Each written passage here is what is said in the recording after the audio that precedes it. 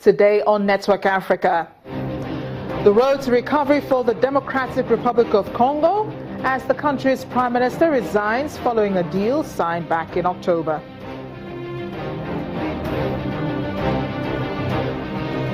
The Nigerian police clashes with a number of Shia members as they led a religious procession in the northern city of Kano. Plus, as leaders wind down their conversation at a conference in Marrakesh, scientists say this would be the world's warmest year. Let's begin Network Africa.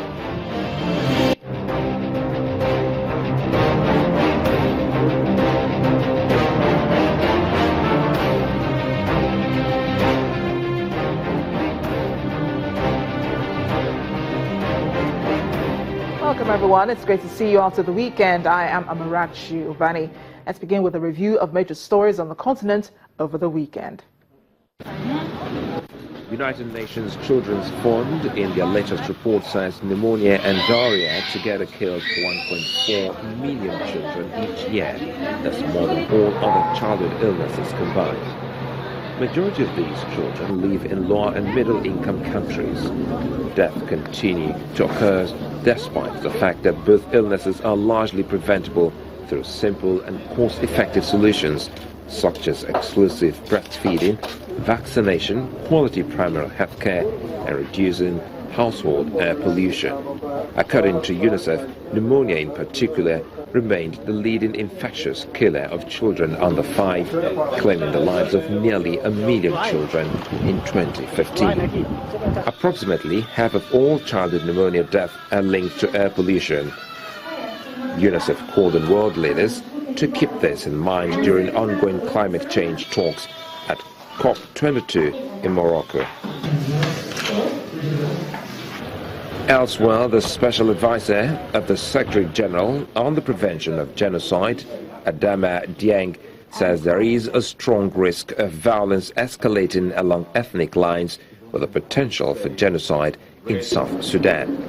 In December of 2013, the country fell into a civil war which pitted tribe against tribe in what seemed to be a politically motivated tribal struggle.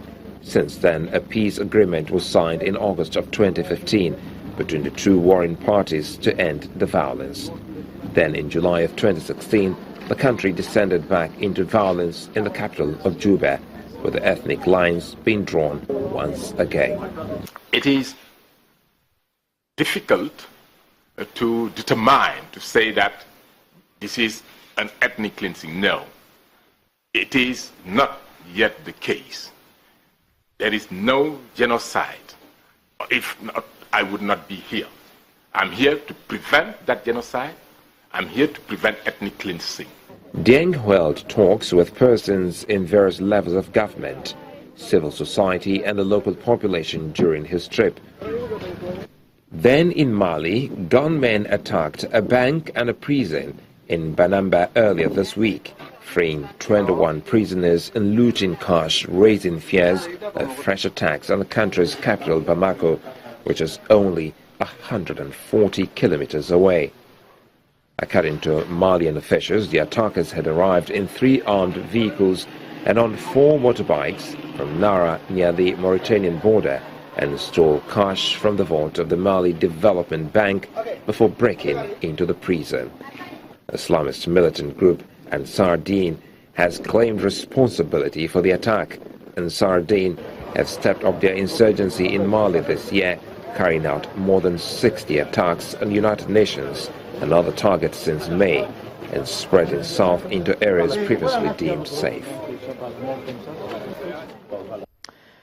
To the present now, it appears the Democratic Republic of Congo is gradually resolving its political crisis as the country's prime minister resigned today in a move set to be in accordance with the political deal made back in October that extends President Joseph Kabila's tenure as president. Augustin Matata Pionio said he offered his resignation as well as those of his government to respond to the spirit and the letter of the accord. The country's political crisis deepened last month after a presidential election, which had been due before the year's end, was postponed until April 2018. Well, the DRC's electoral body had announced a postponement to the presidential elections, which had initially been scheduled for December this year. It said several preparations had to be made. One was problems he had with the electoral register. Authorities said the current figure has to be corrected. The opposition saw it as an opportunity by the president, Joseph Kabila, to remain in office a little longer. Violent protests broke out in the country in September. At least 50 people are said to have died in the clashes in the capital, Kinshasa, though the government disputes the figures. Now, President Kabila has been in power since 2001. He took over as leader of the DRC less than 2 weeks after his father, Laurent, was shot by a bodyguard in the presidential palace. He was elected president in disputed polls in 2006 and again in 2011. The DRC constitution, however, bars a third term, so the electoral body went ahead to announce the rescheduling despite calls from the international community to stick to the calendar. Back in Nigeria, the Nigeria police is set to have clashed with a number of members of the Islamic Movement of Nigeria as they were performing a religious procession in Kano. Many of the marchers are said to have been shot in the clash. Our correspondent in Kano says members of the group were marching towards Zaria in Kaduna State, and according to the police, they began attacking innocent people on the road and motorists as well. The police had to intervene and in the process killed 8 Shia members and injured several others. The police said they lost one of their men in the clash and 4 others were injured. They also said the members seized one AK-47 rifle, but a spokesperson for the group said 10 of their members were killed by the police and 100 others were injured. Our correspondent in Kano State, Idris Jibin, joins us now. Idris, thank you for joining us on the program. Now, Idris, what really happened with the Shia members today? Since we lost Idris, we're trying to reconnect and get back to him. Now, over in Tunisia, security forces have seized 3 caches of arms at a village near the border with Libya. The caches in the border city of Ben Gordaan will stoke Tunisia's concerns about the threat of Islamic militants crossing over Libya, where pro-government forces are close to ending Islamic State's hold on Sirte city. Islamic State fighting to set up a caliphate following its brand of Islam across North Africa and the Middle East sent dozens of Islamic State fighters into Ben Gordaan in March, attacking army and police posts and killing at least 53 people. Many of the militants in Libya are originally from Tunisia, and the country's young democracy since its 2011 uprising has been a target, for the hardline Islamist group. Tunisia has increased security measures, however, on its border with Libya. That's to avoid the infiltration of hundreds of Islamic State fighters who may have fled from Sirte. European countries are also helping with training and technology to protect the border. Let's get back to Idris now for more on that story up north. Idris, thanks for joining us on the program.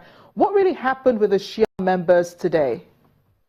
Well, Amarachi, as you know, the members of the Islamic movements of Nigeria, every year they used to carry out a procession where they used to trek from Kano and any other place they are in Nigeria to Zaria in remembrance of the killing of the grandson of the Prophet of Islam, Imam Hussein, sometimes in Iraq. So they are conducting this procession from Kano to Zaria, during which they had a clash with the Kano State police officers. According to the State Police Command, the members of the Islamic movements of Nigeria were actually attacking motorists and innocent people along the streets as they are going to Zaria from Kano, during which the police had to deploy to protect the lives and property of the people around those axes. Now, in the process of this clash, 1 police officer was said to have been killed and 4 others injured. Also, the police confirmed that 8 members of the Islamic movements of Nigeria were also killed and 10 others injured. Idris, in a situation like this, it's pretty hard to decide who to believe because the police have their own story, the Shia members also have their own story. But what's the situation like around the area where this has happened? What are residents and eyewitnesses saying? Well, for now, the normalcy has been restored as the members of the Islamic movement of Nigeria were dispersed. However, I spoke with their public relations officer, Ibrahim Musa, to hear their own side of the story, who told me, on contrary to what the police say, that it was the police who first attacked members of the Islamic movements of Nigeria, and also went on to tell me that 10 of their members were killed, in contrast with what the police say, 8 killed. The Islamic movement of Nigeria says it was actually 10 people who were killed and more than 100 others were injured. But for now, there are no members of the Islamic movement of Nigeria on the streets. They have dispersed, and I think their leadership have asked everyone to return back to their homes. The procession is no longer going on as it is now. Well, Idris, I imagine this story will continue to develop, so we'll get back to you for updates. Thank you for joining us on Network Africa. All right, thank you very much.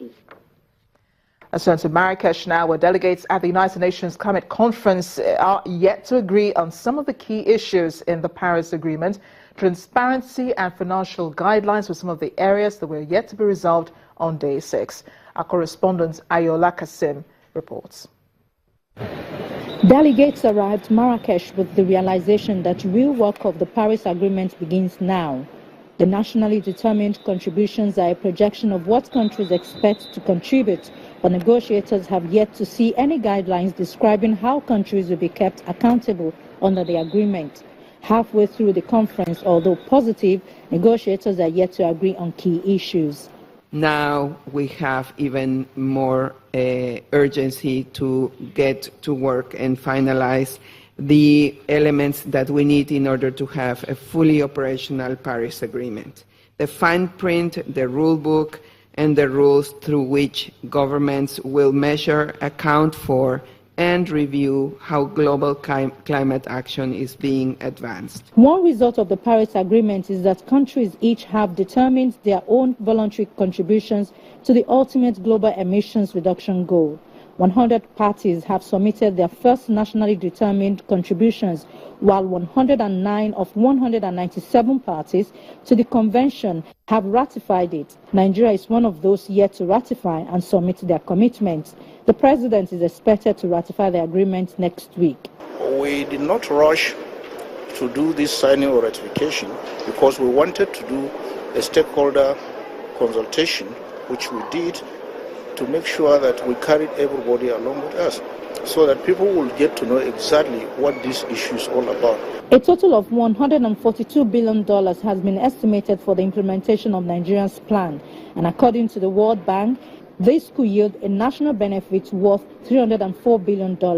The task before Nigerian delegates is to share projects and initiatives with potential partners at the conference. We are going to meet with other like-minded people that may have similar or even worse problems than us, share ideas, gain knowledge from them, and try to implement it in our country. Reaching the Paris Agreement's ambitious target of 1.5 degrees Celsius warming, or even staying below 2 degrees Celsius, will require nations to up their emissions reduction targets far beyond what they have already committed to. In particular, they can mention about how they're going to deal with overachievement of their 2020 targets and make sure that those emissions aren't used as a buffer in the next commitment period.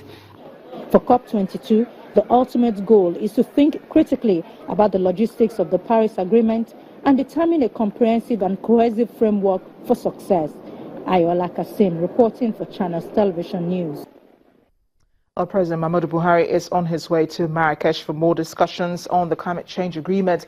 Meanwhile, is it hotter where you are? Then you should prepare for more warmer weather, as scientists say they're certain the year 2016 will be the world's warmest year.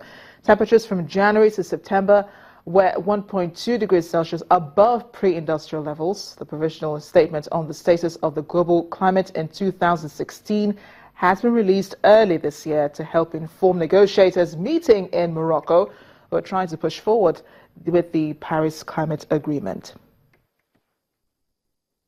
We'll be having more on this discussion as an environmentalist and climate change expert joins us after the break. Also, riots in Egypt over the country's deterioration